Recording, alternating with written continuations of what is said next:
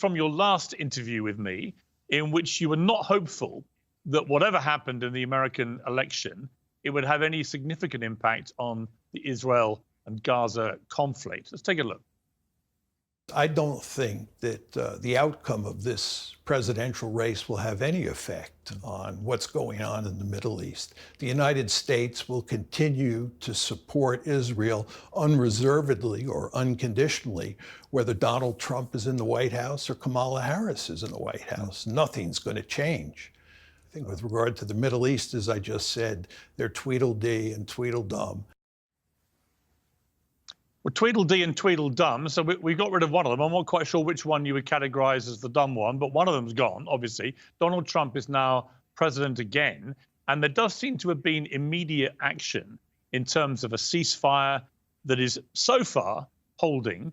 I mean, do you think you were wrong, or does your overview that actually it doesn't make a lot of difference? What's your feeling now? Well, I think, Piers, that the principal reason that you got a ceasefire now under Donald Trump is because the Israelis were in deep trouble in Gaza. In a very important way, Trump was pushing on an open door. You want to understand that the IDF, the Israeli military, had not defeated Hamas. It was incapable of defeating Hamas. The Israeli military was suffering significant casualties in Gaza. And the Israeli military, which is configured to fight short wars, not long wars, is overextended and was beginning to come apart at the seams. So the IDF itself was putting huge pressure on Netanyahu to cut a deal, to have a ceasefire, because it could not continue to operate the way it was inside of Gaza. So it was this situation that allowed Trump to come in and push hard. There's no question he pushed hard to get this deal that's now in place. The deal was pretty well the deal that was available from kind of May onwards under the Biden administration. I mean, you gave some credit there to Trump for getting this actually off and running, the ceasefire. I mean, it seems to people on the outside of this that Trump was a significant factor through his Middle East envoy, going around putting the hard yards in and cracking a few heads together, that actually, if Trump hadn't won, it is highly unlikely we'd be in this scenario. Do you think that that's correct? No, I don't. I think that the Biden administration, or what would have been the Kamala Harris administration, would have been able to get a ceasefire. It might have taken a little bit of time.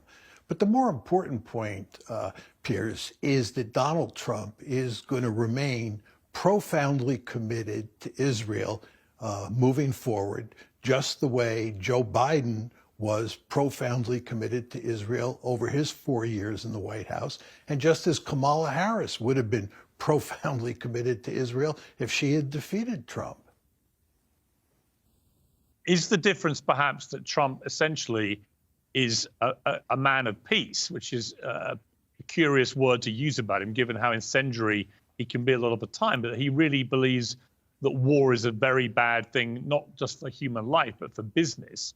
And that therefore, both with Israel and we'll come on to Ukraine, that he just wants these things sorted because he wants to get on with actually what he preferred to be doing, which is doing big deals.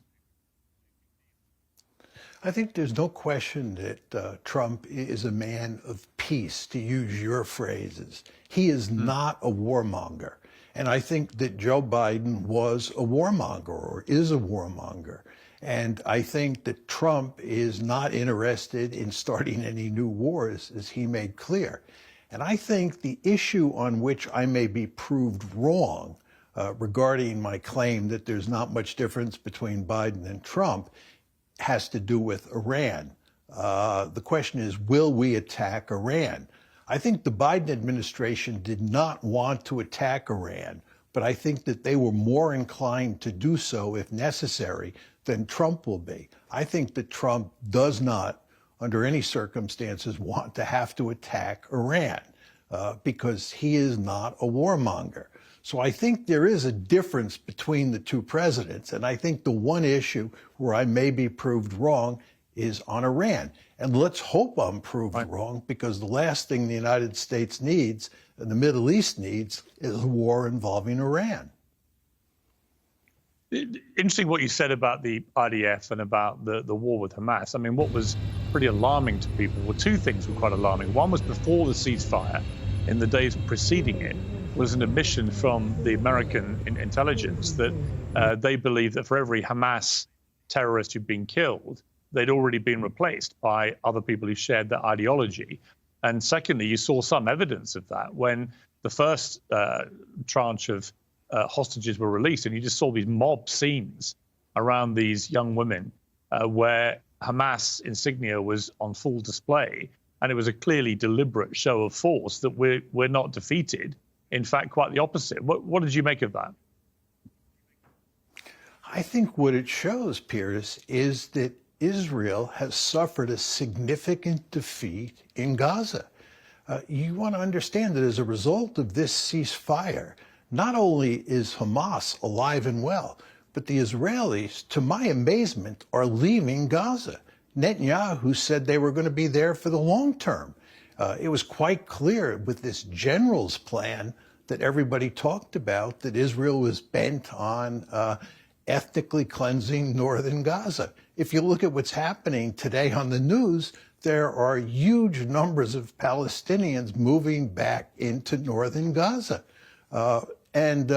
Furthermore, humanitarian aid is flowing in, and Hamas, it is alive and well. So I think this is a serious defeat for Israel.